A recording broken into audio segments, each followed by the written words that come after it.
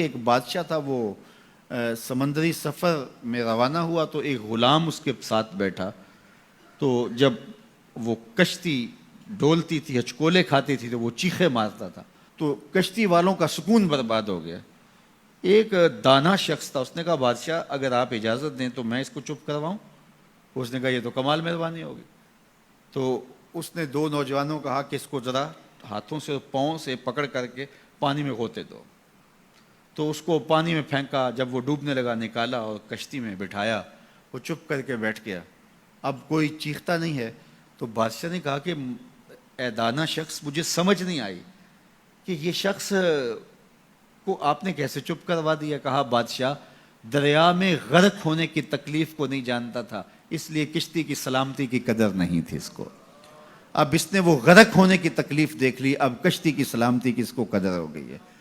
تو اللہ نے جو ہمیں عطا کیا ہے، آپ دیکھیں کہ اس سے نیچے کتنے لوگ بستے ہیں۔ جب آپ نیچے فرشت دیکھیں گے جو بیچارے نانے شبینہ کو ترستے ہیں، اگر مجھے تھوڑی سی تکلیف ہے اور میں جو ہے وہ اس تکلیف میں ناشکری کرنے بیٹھ جاتا ہوں، تو میاں وہ لوگ بھی ہیں جو بیچارے اپنی مرضی سے اپنا ہاتھ بھی نہیں اٹھا سکتے ہیں، جن کی عیدیں بھی جو ہیں وہ ہاسپٹل کے اندر گزرتی ہیں، وہ کئی سالوں کے اندر وہاں اذیت میں مبتلا ہیں۔ جب آپ دیکھیں گے تو کہیں گے مالک میں جس حال میں ہوں اس پہ تیرا شکر ہے۔ شیخ سعدی فرماتے ہیں میں دمشق کی جامع مسجد میں نماز جمعہ کے بعد نکل رہا تھا تو میرے کسی نے جوتے اٹھا لیے، تو یہ شروع سے ہوتا آیا ہے۔ تو کہتے ہیں کہ میں ننگے پاؤں جا رہا تھا اور میری حالت یہ تھی کہ میں جوتا خریدنے کی استطاعت بھی نہیں رکھتا تھا، تو میں دل میں شکوہ کناں تھا کہ اتنا بڑا لوگ تجھے امام سمجھتے ہیں اور تیری یہ مالی پوزیشن کہ جوتے بھی نہیں خرید سکتا۔ تو آگے میں نے دیکھا ایک شخص تھا جس کے پاؤں ہی نہیں تھے اور وہ رینگتا ہوا آ رہا تھا، میں فوراً سجدہ ریز ہو گیا، مالک شکر ہے تو نے پاؤں تو عطا کیے، جوتے آج نہیں تو کل نصیب ہو جائیں گے۔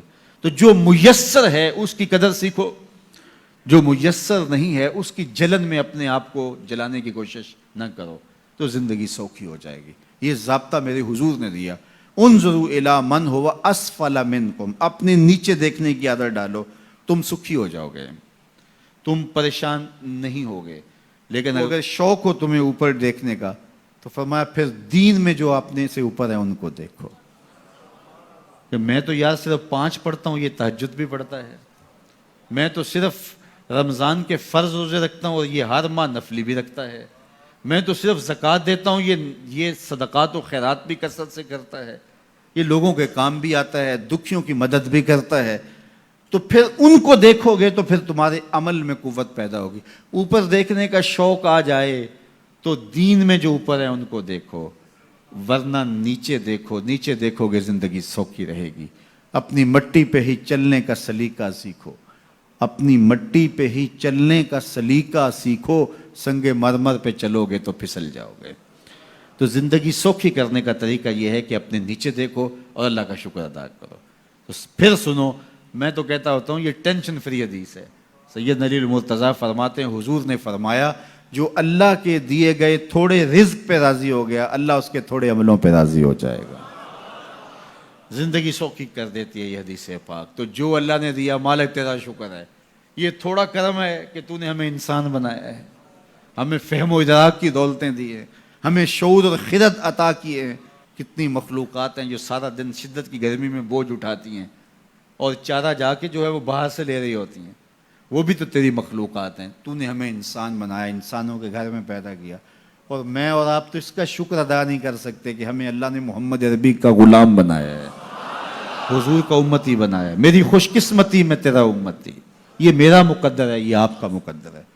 جس کے لیے نبی آرزویں کرتے رہے، تمنائیں کرتے رہے، لوگ راہیں تکتے رہے، منتظر رہے، صدیوں انتظار کرتے رہے، لیکن ہم نے کوئی انتظار نہیں کیا۔ آنکھ کھولی، ہمارے والد صاحب مسجد سے مولوی صاحب کو بلا لائے، انہوں نے کان میں آ کے اذان دیتے ہوئے کہا مبارک ہو تو حضور کا غلام بن کے آیا، شاہوں سے ملا ہے نہ تونگر سے ملا ہے، اللہ کا عرفان اسی در سے ملا ہے، اوروں کو ملا ہے تو مقدر سے ملا ہے، مجھ کو تو مقدر بھی تیرے در سے ملا ہے۔ یہ میری اور آپ کی خوش بختی، تو جتنا بھی شکر ادا کرے تھوڑا، تو لوگوں کے کام آئیں، لوگوں کے لیے جو ہے وہ خیر کی چابی بنے اور شر کا تالا بنے۔